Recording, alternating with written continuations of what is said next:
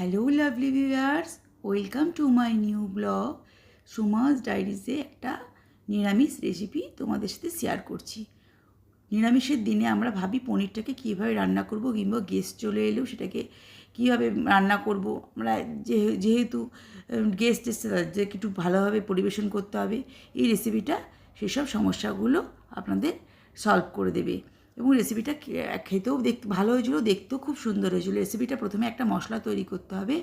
এখানে 1 চামচ গোটা জিরে, 1 চামচ গোটা ধনে, 1 চামচ মৌরি আর কিছু আলমন্ড খোসা ছাড়িয়ে নিয়েছি, আর 1 চামচ চারমগজ একটু গরম জল দিয়ে ভালোভাবে পিষে নেব।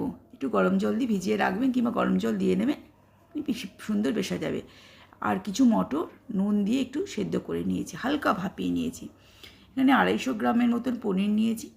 এবার পনিরটাকে ভালোভাবে তেলে ভালোভাবে ভাজার পরে হলুদ আর নুন দিয়ে ভালোভাবে ভেজে আমরা এটাকে তুলে নেব। এবার পনিরের রেসিপি কিন্তু নানাভাবে হয়, এভাবে কিন্তু করে খেয়ে আপনাদের ভালো লাগবে। এবার এটাকে পনিরটাকে আমাদের ভালোভাবে ভাজতে হবে, কিন্তু বন্ধুরা পনিরটাকে আমাদের ভালোভাবে মোটামুটি ভালোভাবে ভাজা হয়ে গেছে। খুব বেশি কড়া করে যদি ভেজে ফেলেন তাহলে একটু জলের মধ্যে রাখবেন। আমি এখানে মোটামুটি মিডিয়াম ভেজেছি, ওই জন্য আমি আর জলের মধ্যে পনির তুলে দিলাম না। এবার আর একটু তেল দিয়ে নিলাম। তেলটা আপনাদের মাপ মতন দেবেন। আমি এখানে এই মাত্রায় তেল ব্যবহার করেছি, 2 চামচের পর তেল আছে। একটু গোটা জিরে দিয়ে নিলাম। এরপরে এটা একটা পিউরি তৈরি করেছি। আদা, টমেটো, দুটো ছোটো ছোটো মতন টমেটো আর দুটো কাঁচা লঙ্কাটা ঝালটা পরিমাপ মতন দিয়ে দেবেন। খুব ভালো করে একটু কষিয়ে নিলাম, ওই তেলের মধ্যে দিয়ে একটু ভালোভাবে কষিয়ে আমরা যেহেতু এখানে ধনে মটরশুঁটিটাও দিয়ে দিলাম, ধনে গুঁড়ো, গোটা ধনে, জিরে, মৌরি দিয়েছি। আমরা কিন্তু এখানে ধনেটা একটু বেশি করে ব্যবহার খাবো, এই জন্য আমি একটুখানি দিয়ে দিলাম। এখানে হলুদটা একটু দিয়ে দিলাম। এখানে ধনে, জিরে একটুখানি দেবো, আবার কিন্তু আমি রিইউজ করেছি। দেখুন আমাদের এই কন্টেনারগুলো আমি ফ্লিপকার্ট থেকে নিয়েছি, খুব সুবিধে হয়েছে। একটা স্ট্যান্ডের মধ্যে সব মশলাগুলো, আরেকদিন আমি দেখাবো, এটা স্ক্রল করে করে ব্যবহার করে নিতে পারি, রান্নার সময় খুব সুবিধা হয়। এবারে ধনে একটু জিরে গুঁড়ো দিয়ে দিলাম, আর একটু দিয়ে দিলাম কাশ্মীরি মির্চ। এখানে আর একটু কষে নিতে হবে। রান্না যত কষবেন, বেসিক্যালি পনিরটা একটু নিরামিষের দিনে যে নিরামিষ তরকারিটা একটু কষলে কিন্তু তার স্বাদটা অনেকটাই বৃদ্ধি পায়। আমার একটু কষে নিলাম। কষে নেওয়ার পরে এখানে ওই যে মশলা তৈরি করেছিলাম, এটা মশলা দেখলাম একটু বেশি হয়ে গেছে আমাদের পনির তুলনায়, সেখানে সেই মাপটা কিন্তু আপনারা বুঝে নেবেন। সেখানে আমি একটু দিয়ে দিলাম, আর একটু রাখা থাকলেও পরে কোনো নিরামিষ তরকারি তো আমি বা অন্য কোনো আবার পনির করলে 2-1 দিনের মধ্যে ব্যবহার করতে পারবো।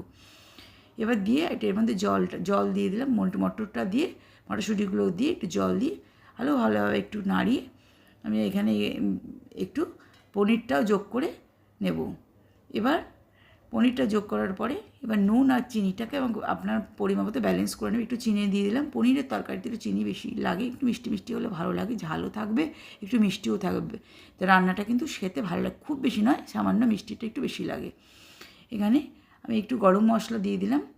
আর যেহেতু পনিরটা ভাজার সময় নুন দিয়েছিলাম, একটু নুনটা একটু বেশি পড়েছিল, আমি সেখানে এখানে নুন ব্যবহার করলাম না। আর একটু ঘিও দিয়ে দিলাম। যখন পনিরটা ফুটে এলো তখন একটু ঘিও দিয়ে দিলাম।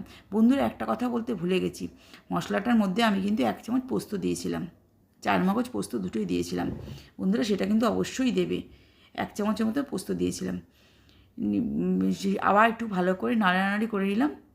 নিয়ে যখন একটু আঁচটা কমিয়ে আছে, ফুটছে, তখন আমি এর মধ্যে একটু নুন দিয়ে, সেই ভিডিওটা আমার তোলা হয়নি, কাট হয়ে গেছে, আমরা রান্নাটাকে রেডি বাটির মধ্যে তুলে নিলাম।